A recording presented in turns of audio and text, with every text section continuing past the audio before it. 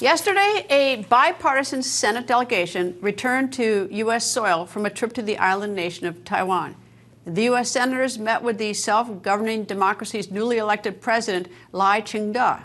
The purpose of the Trans-Pacific trip was to show solidarity with the small island nation, which is about the size of Maryland, amid rising Chinese aggression.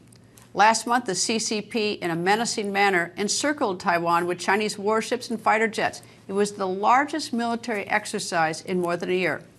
Alaska Senator Dan Sullivan was a member of this delegation, and in 1995, Senator Sullivan was deployed to Taiwan Strait as a young United States Marine officer. Senator Sullivan joins us. Good evening, sir. And can you give me an idea of the level of apprehension or tension that you found in Taiwan? Good evening, Greta, and thanks for the question. You know, we were there to show strong support for the island democracy of Taiwan. By the way, that's strong bipartisan support. That's decades of American support. As you mentioned, I deployed there early in my Marine Corps career during a really tense time. Look, it was tense, as you've asked, but it was also a period of congratulations. This is Taiwan's 8th presidential election.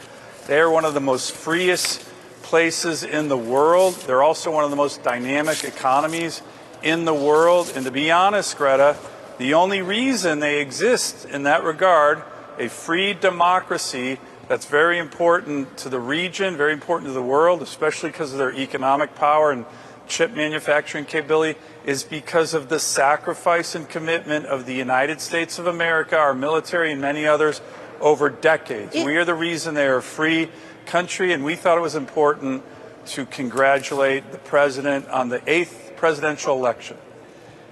The Taiwan Relations Act of 1979 gave us somewhat of an obligation. I mean, it's not like a NATO-type obligation, but an obligation to be protective of Taiwan. It's sort of squishy in terms of what it is. But what do you see as our obligation should China take military action against Taiwan? Well, a couple things on that. You're right. The Taiwan Relations Act, which is a really unique piece of legislation passed in 1979, and it was the Senate essentially saying to Jimmy Carter, hey, you know, you've normalized relationship with the Chinese Communist Party in Beijing, but you can't throw Taiwan under the bus.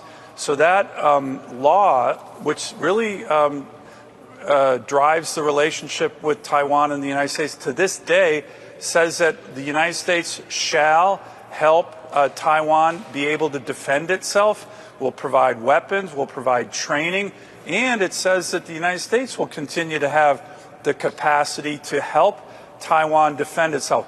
That was one of the things I was actually doing on this trip, looking at what essentially is deterrence in the Taiwan Strait.